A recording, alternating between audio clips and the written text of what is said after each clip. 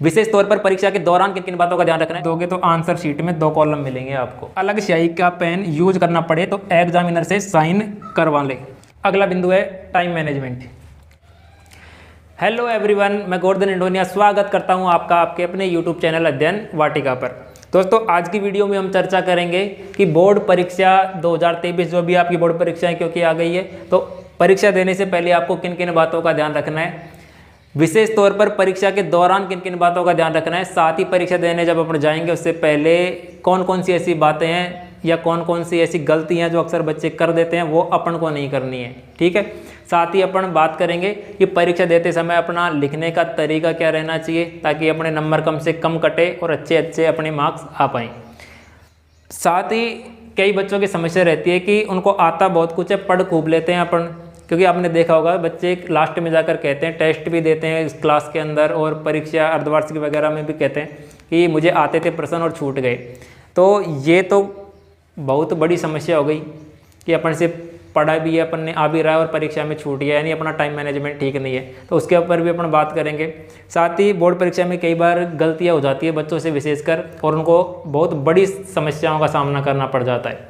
तो ऐसी समस्याओं का सामना भी अपन को ना करना पड़े, उसके लिए अपन को पहले से ही कुछ बातों का विशेष तौर पर ध्यान रखना है और उनकी अपन इस वीडियो में चर्चा करने जा रहे हैं। तो चलिए साथियों, अपन इस वीडियो की शुरुआत करते हैं।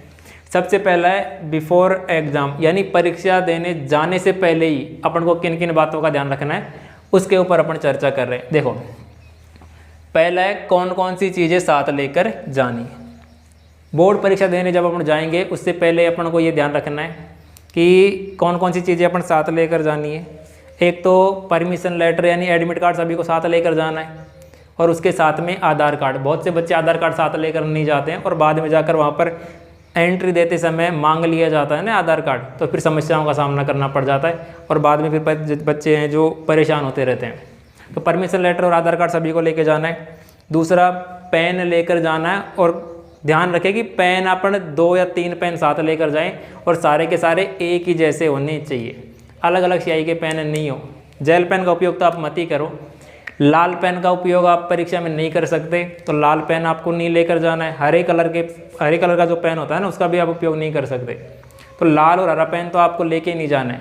साथ ही नीला और काला पेन आप उपयोग कर सकते हैं, उसमें भी आपको ये ध्यान रखना है कि नीले पेन जितने भी हैं ना सारे एक ही तरह के होने चाहिए। और उनको क्या करना, आप शुरू में ही जैसे नए पेन खरीदे एक जैसे, और उनको किसी कागज़ में आप उनको घिस सकते हैं थोड़ा सा, ताकि वो थोड़ा स्मूथ हो जाएं वो, क्योंकि नए पेन सही तरीके से चलते नहीं हैं। और फिर लास्ट में जाके क्या होता है कि जब अपन लिखना शुरू करते हैं सीधा ही नए पेन से परीक्षा हॉल में, तो धीरे चलते हैं और फिर अपना लास्ट में जाके टाइम उसमें फिर कम पड़ जाता है और आते हुए प्रश्न भी छूटने का वहाँ पर समस्या अपन को देखने को मिल सकती है। ठीक है, तो अपन को पेन का विशेष तौर पर ध्यान रखना, नए पेन सारे एक जैसे, उनको थोड़ा थोड़ा चला लेना ताकि वहाँ पे समस्याओं का सामना ना करना पड़े। ठीक है, और तो उसके अलावा कुछ अलग से चीज़ें आपको, जैसे गणित की परीक्षा है, स्केल वगैरह, प्रकार वगैरह, रूल और रबर वगैरह, शॉर्पनर वगैरह वो साथ लेके जानी है। खासकर गणित की और जो विज्ञान की परीक्षा होगी उसमें, क्योंकि वहाँ पे डायग्राम बनाने पड़ते हैं अपन को, तो उसकी ज़रूरत पड़ती है। साथ ही अपन को देखो, अगला बिंदु, कौन कौन सी चीज़ें अपन को साथ नहीं लेके जानी है। तो साथ लेकर जानी है वो बात जानना तो महत्वपूर्ण है ही, साथ के साथ ये भी पता होना चाहिए कि कौन कौन सी ऐसी चीज़ें जो अपन को साथ लेकर नहीं जानी है, वरना वहाँ पर वो अंदर ले जाने देंगे नहीं और आपको बाहर फिर कहीं पे रख के जानी पड़ेगी। इसमें सबसे पहला है जो तख्ती लेके जाते हैं आप, तख्ती आपको लेकर नहीं जाना है, क्योंकि तख्ती वहाँ पर लेकर आपको अंदर प्रवेश नहीं दिया जाएगा। आपको वो बोला जाएगा कि बाहर रखो, और फिर आप अगर तख्ती को बाहर रख के जाते हैं तो फिर वो आपकी जिम्मेदारी है, गायब भी हो सकती है, कहीं पे खो सकती है। तख्ती फिर लेके ही हो जाए, क्योंकि वहाँ पे लेके जाने भी नहीं देंगे अंदर। उसके अलावा अपनी जेब वगैरह सब देख ले ढंग से, कहीं कोई कागज़ वागज़ तो नहीं रखा है, कुछ लिखा हो कागज़ में अपने गलती से पढ़ रहे हो उसमें रख लिया हो जेब में, गलती से चला जाए अपने साथ, तो वो आपको नहीं लेकर जाना है। इसके अलावा घड़ी, मुझे लगता है घड़ी भी आजकल एग्ज़ाम हॉल में मिलती है। जब हम देते थे ना परीक्षाएं, तो हमको तो घड़ी लेकर जानी पड़ती थी, हम लेके जाते भी थे। लेकिन अब फ़िलहाल सभी रूम के अंदर आपको घड़ी मिलेगी, तो घड़ी भी आपको लेकर के नहीं जाना है। ठीक है, तो ये बात आपको ध्यान रखनी है। इसके अलावा कोई और कागज़ और अलग सामग्री जो यहाँ पे बताई है ना मैंने, पेन, आधार कार्ड, परमिशन लेटर और उसके अलावा जो कुछ भी आपको सामान चाहिए, एक स्केल वगैरह, पेंसिल वगैरह, रबर वगैरह, वो लेके जाना है। बाकी सब कुछ आपको बाहर ही छोड़ करके जाना है, ठीक है। तो ये ध्यान रखिए। अगर किसी ने हाथों पे मेहंदी लगा रखी है तो उसको कोशिश करें कि साफ़ कर ले। ऐसे नोट लेकर नहीं जाएं जो वहाँ पर आपने उसमें कुछ लिख रखा हो, तो वो भी आपको साथ लेकर नहीं जाना है। बाद बाकी वो आपको बता देंगे और बाकी की चीज़ें, इन चीज़ों का आपको ध्यान रखना है। अगला है कितनी देर पहले पहुँचे और किन किन बातों का ध्यान रखें। साथियों, परीक्षा देने जब आप जाओगे, जिस दिन आपकी पहली एग्ज़ाम होगी, यानी पहली परीक्षा होगी, इंग्लिश की होगी शायद सभी की, तो उस दिन आपको परीक्षा से 1 घंटे पहले पहुँच जाना है। जितना भी आपको समय दिया है ना उसमें, तो उससे 1 घंटे पहले आपको पहुँच जाना है। क्योंकि आपका 15-20 मिनट का समय तो रोल नंबर ढूंढने में और वहाँ पे ये देखने में ख़राब जाएगा कि कौन से रूम में अपना नंबर है, और वहाँ पर भीड़ भी होगी, तो आपको धक्का मुक्की ऐसे परेशानियों का सामना ना करना पड़े, इसलिए 1 घंटा पहले आप पहुँच जाएँ। और फिर देखने के बाद आप थोड़ा शांति से खड़े रहेंगे। और बाकी के जो दिन हैं, पहले दिन आप 1 घंटा पहले पहुंच के देख लोगे, और बाकी मुझे लगता है कि सभी दिन आपकी परीक्षा उसी हॉल में होगी जहां पर आपका पहले दिन आएगा, तो बाकी दिन आप आधा घंटा पहले वहां पर पहुंच सकते हैं, ठीक है। और किन किन बातों का आपको सेंटर पर आपको विशेष तौर पर ध्यान रखना है। एक तो आपको शांत रहना है। सेंटर पर आपको ऐसे नहीं कि आप वहाँ पर गपशप लड़ा रहे हैं, फालतू बातें कर रहे हैं, इधर उधर घूम रहे हैं। परीक्षा सेंटर पर आप चले गए, वहाँ पर आपको शांत रहना है और फालतू गपशप नहीं लड़ानी है। नेगेटिव लोगों से दूर रहना है। कई लोग आ जाते हैं, कई बच्चे आ जाते हैं, ना तो खुद पढ़ के आते हैं, ना आपको फिर डिस्टर्बेंस और करते हैं, मैंने कुछ पढ़ा ही नहीं है, याद ही नहीं आ रहा, ऐसे कुछ उल्टी सीधी बात बोलकर आपका और दिमाग ख़राब कर देंगे। ऐसे लोगों से तो आपको दूर ही रहना है, ठीक है। और किसी से झगड़ा वगड़ा नहीं करना है। परीक्षा सेंटर से बाहर कोई कुछ बोले तो सुन लो, क्योंकि बोलने वाला बोल देगा, आप उससे झगड़ पड़ोगे, वो चला जाएगा, उसका कुछ नहीं बिगड़े, लेकिन आपकी परीक्षा खराब हो जाएगी। तो इन बातों का आपको विशेष तौर पर आपको ध्यान रखना है, ठीक है। अगला है भ्रमित करने वाली यूट्यूब वीडियो से बचे। अब परीक्षा का जब मैं देखता हूँ कि जब बोर्ड परीक्षा आ जाती है तो यूट्यूब पर आपको ऐसी वीडियोस देखने को मिलती है कि ये लो बोर्ड परीक्षा का पेपर चुरा लाया, अब पढ़ लो, टॉप करो। तो ध्यान रखना, मैंने नहीं सुना कभी कि 10वीं कक्षा का या 12वीं कक्षा का बोर्ड पेपर कभी लीक हुआ हो। तो ऐसा कुछ नहीं है, किसी के पास पेपर नहीं मिलता है। आप कहीं यूट्यूब पर फालतू की वीडियो देखते रहो कि हाँ आ गया बोर्ड पेपर, वहाँ से देख ले, अच्छे नंबर आएंगे। तो ऐसी वीडियो से आप बचें और पढ़ाई पर फोकस करें, ठीक है। चलिए, तो अब हम देखते हैं कि एग्ज़ाम के दौरान यानी कि ड्यूरिंग एग्ज़ाम आपको किन किन बातों का ध्यान रखना है। देखो, एक तो जब आप एग्ज़ाम रूम में एंटर करेंगे तो टॉयलेट करके वो पानी पीकर एग्ज़ाम रूम में बैठे। ऐसा नहीं हो कि परीक्षा शुरू हुई है और 20 मिनट बाद, आधा घंटे बाद आप कहने लगो कि हमें पानी पीने जाना है। तो परीक्षा में बैठने से पहले, यानी रूम के अंदर बैठने से पहले ही आपको टॉयलेट वगैरह, पानी वानी सबसे फ्री होकर बैठना है। एग्जामिनर के निर्देशों को ध्यान से सुने, ध्यानपूर्वक सुने, और क्वेश्चन पेपर में लिखे निर्देशों को भी अच्छे से पढ़ें। वहाँ पर एग्जामिनर जो परीक्षा लेने वाला होगा वो आपको कुछ इंस्ट्रक्शंस देगा, कुछ निर्देश देगा, उनको ध्यान से सुनना है। साथ ही परीक्षा में पेपर में जो लिखे निर्देश है उनको ध्यान से पढ़ना है। साथ ही क्या करना है आपको कि आंसर शीट में सब्जेक्ट, रोल नंबर, डेट और डे यानी वार, इनको ध्यान से भरना है कि कौन से सब्जेक्ट की परीक्षा है, रोल नंबर कितना है। विशेष तौर पर तो रोल नंबर को तो आपको ध्यान से भरना ही है। तो रोल नंबर, डेट वगैरह सभी आपको अच्छे से भरना है, ठीक है।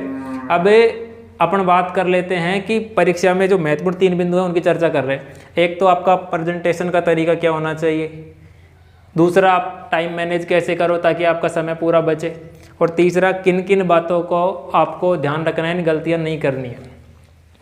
देखो, प्रेजेंटेशन का तरीका क्या रहने वाला है। एक तो प्रश्न क्रमांक उचित कॉलम में लिखे। प्रश्न क्रमांक को उचित कॉलम में लिखना है। जब अपन परीक्षा देते हैं ये तो पेज आएगा ऐसे, और पेज में यहाँ पर जैसे अपनी साधारण कॉपी में एक हाशिया होता है, और यहाँ पर अपन प्रश्न उत्तर वगैरह लिखते हैं और इधर अपन काम करते हैं। परीक्षा हॉल में जब आप दोगे तो आंसर शीट में 2 कॉलम मिलेंगे आपको। पहला कॉलम अंकों के लिए होता है जिसमें अपने अंक दिए जाते हैं, और दूसरा कॉलम होता है प्रश्न क्रमांक लिखने के लिए। हालांकि ये चीज़ आपको वहाँ पे बता दी जाएगी, लिखा भी मिलेगा कॉपी में। दूसरा कॉलम होता है वो प्रश्न क्रमांक लिखने के लिए होता है, और उसके सामने पहला कॉलम अंक देने के लिए होता है। तो दूसरे कॉलम में अपन को क्या लिखना है, प्रश्न क्रमांक लिखना है। तो इस बात का ध्यान रखना है। ऑब्जेक्टिव क्वेश्चन का ऑप्शन सहित आंसर लिखना है। पहला जो प्रश्न होगा ऑब्जेक्टिव आता है, सभी पेपरों में लगभग अब ऑब्जेक्टिव क्वेश्चन आने लग गए, तो उनमें आपको ऑप्शन भी लिखना है। जैसे मानो कि पहले प्रश्न का 6 ऑप्शन है, तो 6 ऑप्शन भी लिखना है और उसमें आंसर क्या है वो भी बताना है। ठीक है, एक प्रश्न के सभी आंतरिक भागों को एक ही स्थान पर हल करना है। एक प्रश्न में कई आंतरिक भाग हैं तो उनको एक जगह पे हल करना है। जैसे पहला क्वेश्चन है गणित का, बात करें तो गणित में पहले प्रश्न में 12 प्रश्न आएंगे तो 12 के 12 एक ही जगह पे हल करना है। दूसरे प्रश्न में 6 प्रश्न आएंगे तो 6 को एक जगह पे हल करना है। एक प्रश्न में जितने भी आंतरिक भाग है तो उनको सभी को एक जगह पे एक ही साथ हल करना है। अगर उनमें से कोई क्वेश्चन आता नहीं है अपन से तो उसकी जगह अपन को खाली छोड़ देनी है। ठीक है, और फिर बाद में अपन जैसे ही समय मिलेगा उसको कर लेंगे। प्रत्येक आंसर के बाद एक लाइन खाली छोड़नी है। ऐसे नहीं करना है वहाँ पर कि अपन लिखते ही जा रहे, पहला प्रश्न खत्म हुआ अगली लाइन से फिर दूसरा चालू कर दिया, पता ही नहीं पड़ रहा कि पहला कहाँ है दूसरा कहाँ है। तो जैसा ही अपना एक प्रश्न खत्म हो जाएगा उसके बाद एक लाइन खाली, फिर आगे अगला प्रश्न करना है। उसी प्रकार वो खत्म हो जाएगा, फिर एक लाइन खाली वापस और फिर अगला प्रश्न करना है। ठीक है, कॉपी वहाँ पर बहुत बड़ी आती है, कब में अपना नहीं पड़ेगा उसमें। अंतिम 1-2 लाइन्स में बड़े आंसर की शुरुआत ना करें। कई बच्चे ये भी गलतियाँ करते हैं कि अपन एक आंसर लिख रहे हैं, लास्ट में जाके 2-3 लाइन बची है और अपना अगला आंसर थोड़ा बड़ा लिख रहे हैं तो उसमें 1-2 लाइन वहाँ पे लिख देते हैं, बाकी पूरा आंसर अगले पेज में। ऐसा नहीं करना है। अगर 1-2 लाइन का ये आंसर उसमें आ जाए तो अपन को वहाँ से शुरू करना है, बाद बाकी 1-2 लाइन अगर बच रही है, बड़ा प्रश्न है तो अपन को अगले पेज से शुरू करना है, उन 1-2 लाइन्स को छोड़ देना है, वहाँ से शुरुआत नहीं करनी। ठीक है ना, क्योंकि अपन क्या करते हैं कि शुरुआत 2-4-5 लाइन में अपन महत्वपूर्ण बातें लिखते हैं, तो एक आध बातें उधर पेज में, एक आध बातें उधर पेज में, तो जाने पता नहीं क्वेश्चन कैसा हो जाता है, वो आंसर अपना ठीक नहीं रहता। तो कोशिश करना है कि 1-2 लाइन अगर बच रही है तो अगला क्वेश्चन अगले पेज से ही करें। ऊपरी लेखन ना करें, ओवर राइटिंग आपको नहीं करनी है। ठीक है, पहले आपने 5 बना दिया और उसी को बना के 4 बना दिया, पता ही नहीं लग रहा कि 5 है 4, तो इस प्रकार से ओवर राइटिंग नहीं करनी है। साफ सुथरे अक्षर लिखने, ऐसे घिच पिच लगने नहीं चाहिए, पता ही नहीं पड़ेगी 5 है या 4 है। गलती होने पर केवल सिंगल लाइन से ही काटे। तो जिस प्रकार अपन से अगर कहीं पे गलती हो जाए तो उस पर बार बार चेंज नहीं करना है। मानो कि अपन ने कुछ लिखा, कुछ भी लिखा, जैसे यही है 4 लिखा, 5 लिखा, कोई शब्द लिख दिया, जैसे मानो कि प्रश्न क्रमांक अपना सही नहीं लिखा होता और इसको अपन काटना होता, तो ऐसे ना काट करके केवल एक सिंगल लाइन से ऐसे काटते बस, और उसको फिर आगे लिख देते। ठीक है, कई बार क्या होता है कि अपना प्रश्न लिखते समय कोई एक शब्द छूट जाता है, तो अगर शब्द छूट भी जाता है ना अपना, जैसे उचित कॉलम इनके बीच में कोई शब्द रह गया, छूट गया, तो अपन काट कर आगे नहीं लिखना है, वहाँ पर ऐसे तीर का निशान लगाकर अपन को ऊपर लिख देना है। ठीक है, अब देखो आगे, महत्वपूर्ण बिंदुओं को अंडरलाइन करें। जितने भी अपन को महत्वपूर्ण बिंदु, आपने आंसर लिखा है पूरा, तो पूरे आंसर में जो महत्वपूर्ण बिंदु है जिन पर आप चाहते हो कि एग्जामिनर इनको पढ़े, तो उनको आपको अंडरलाइन कर देना है, ताकि सीधा एग्जामिनर का ध्यान वहाँ पे जाए और उनमें अपन को अच्छे अंक मिल पाएँ। ठीक है, तो ये थे कुछ बातें जो आपको कॉपी में लिखते समय प्रेजेंटेशन के रूप में आपको ध्यान रखना है। प्रस्तुतिकरण अगर आपका बेहतर है ना तो अच्छे अंक आपके आएंगे। ठीक है, अगला बिंदु है टाइम मैनेजमेंट। टाइम मैनेजमेंट कैसे करना है, देखो, एक तो निर्धारित समय से 30 मिनट पहले पेपर पूरा हल कर ले, यानी कि निर्धारित समय जितना भी आपका समय है उससे 30 मिनट पहले आपको पूरा पेपर हल कर लेना है। और बचे हुए जो 30 मिनट है, शेष 30 मिनट, उनमें क्या करना है, अपने जो आंसर है ना जो अपन ने लिखे हैं उनको रिवाइज कर लेना है, कहीं कोई गलती तो नहीं हो गई, और अगर कोई गलती हो गई हो तो उसमें क्या कर लेना है, सुधार कर लेना है, ताकि वहाँ पे नंबर कटने की गुंजाइश ना रहे। उसके अलावा ज़्यादा समय लगने का एक कारण ये भी है कि अपन शब्द सीमा का ध्यान नहीं रखते।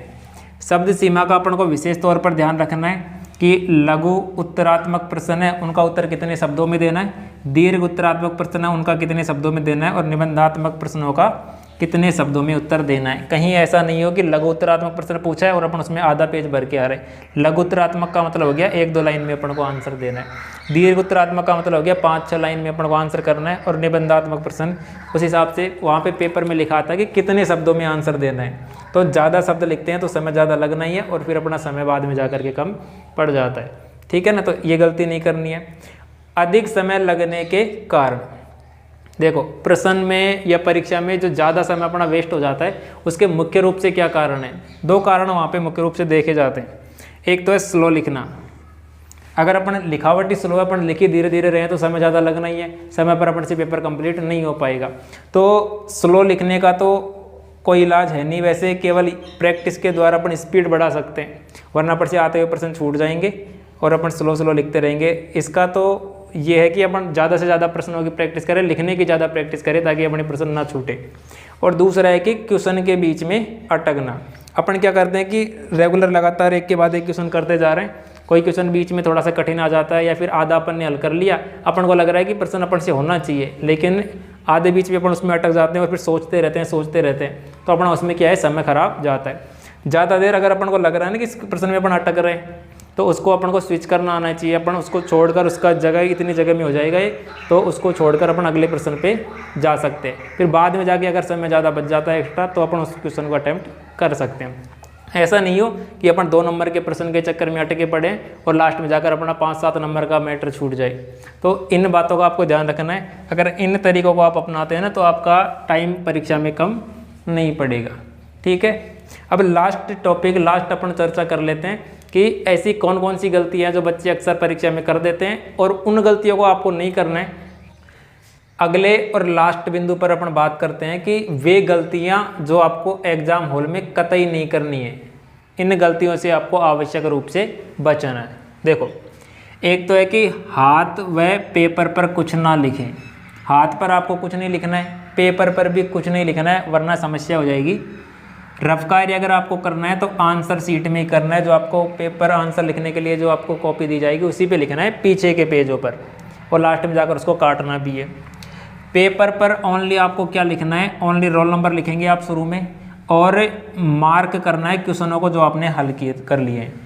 जो प्रश्न आप हल करते जाते हैं ना, उनको आप मार्क करते चलिए, ताकि लास्ट में जाकर जब आपके पास समय कम रहेगा तो आपको एक बार पेपर देखने पर ही पता पड़ जाएगा कि कौन कौन सा प्रश्न अभी आपको छूट रहा है, उनको आपको करना है। वरना आप कॉपी में ढूंढते रहेंगे, फिर समय बहुत ज़्यादा लग जाएगा। वैसे पेपर आपस में चेंज नहीं करना है। ऐसे नहीं करना है कि अपना पेपर किसी के पास गया और किसी का पेपर अपन ने ले लिया। पेपर किसी का चेंज नहीं करना है, वरना आप पेपर दूसरे के पेपर के साथ पकड़े जाते हैं तो वो आपके लिए समस्या है। फिर एग्जाम हॉल में बात नहीं करनी है, ये तो आप जानते ही हैं, फालतू बात तो क्यों ही करोगे। खैर, आप दूसरों की गलतियों का शिकार बनने से बचे, इस बात को थोड़ा सा ध्यान रखना।